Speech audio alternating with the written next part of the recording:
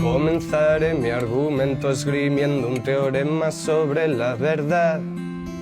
Luego daré un contraejemplo de modo que pueda volverse falaz.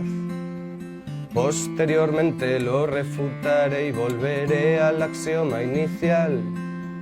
Mas en el fondo presiento que no está en lo cierto y vuelta a empezar.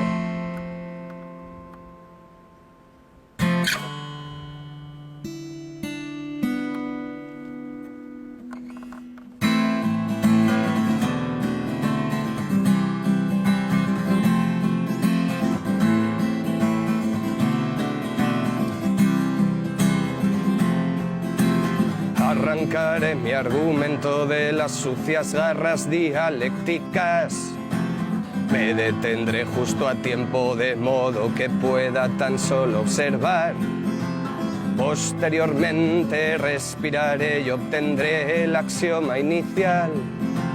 Y justo en ese momento veré que lo cierto es solo lo real.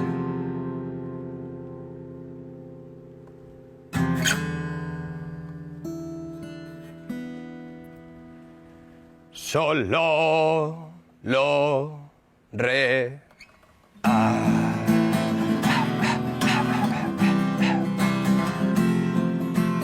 Y justo en ese momento veré que lo cierto es solo lo real. Y justo en ese momento veré que lo cierto es solo lo real. Y justo en ese momento veré que lo cierto es solo lo real.